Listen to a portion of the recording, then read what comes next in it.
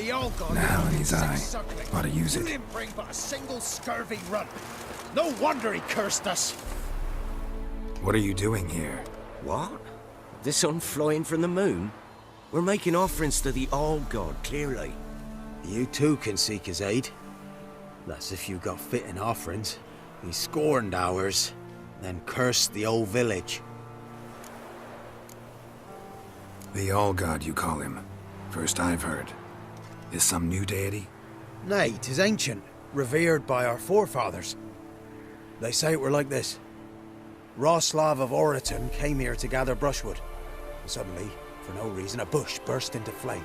Then, Roslav heard a voice from the ground, demanding offerings and obedience. We've been coming here since then, bearing gifts, in exchange for which the All God watches over us, keeps us from evil. Mm-hmm. Plain to see that. So, what's wrong with your offerings? You needn't mock us, you can see right well we brought scraps. Before the war, I wouldn't give this such to me elms. But what can we do?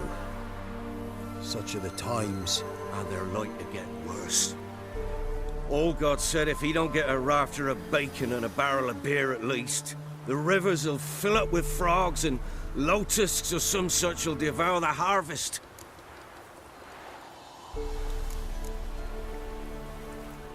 I could intercede on your behalf with this All-God of yours. Got a feeling we'd come to an understanding. Well, I suppose it can't hurt to try.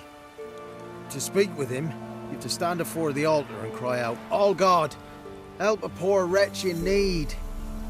Who knows, he might just listen to a foreigner.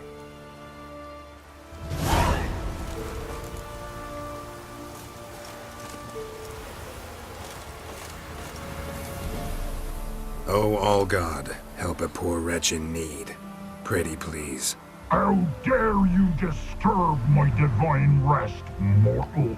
I dare disturb it because I want your divine self to lift the, curse you cast. Those peasants really don't have.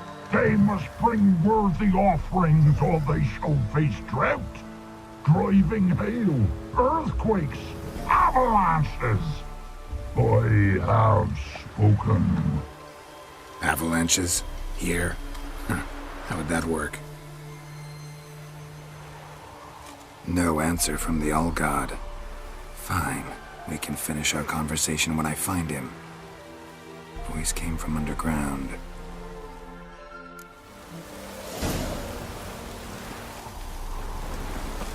Looks Anything like new? rain.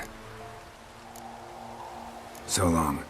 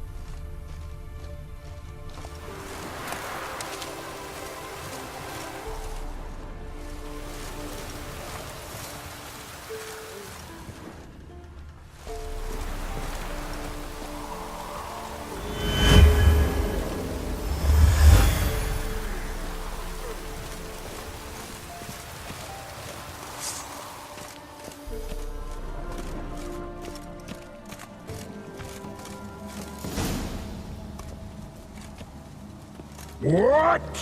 Who dares disturb my divine being? Geralt of Rivia. Pleasure. Expected the All-God to be corporeal in form, but never thought he'd be corpulent. Fattened up nicely at those peasants' expense. Expense? Expense? Not a word about the help I give in return. Blessings, absolutions, enlightened advice. Believe me, these folks need all of it.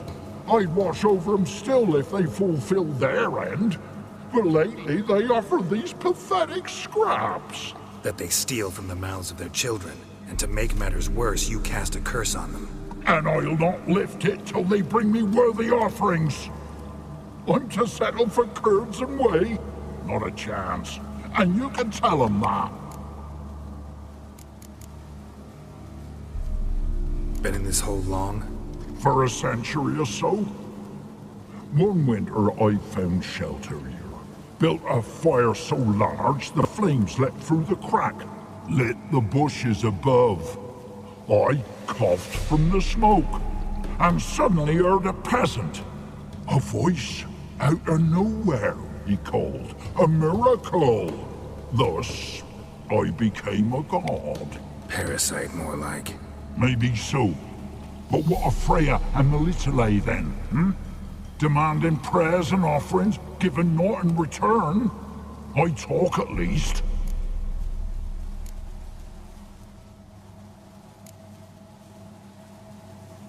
Fine, I'll tell them what you want. But they'll carry you out of here on pitchforks one day. You'll see. Maybe you'd care to go up top, see if you're still there.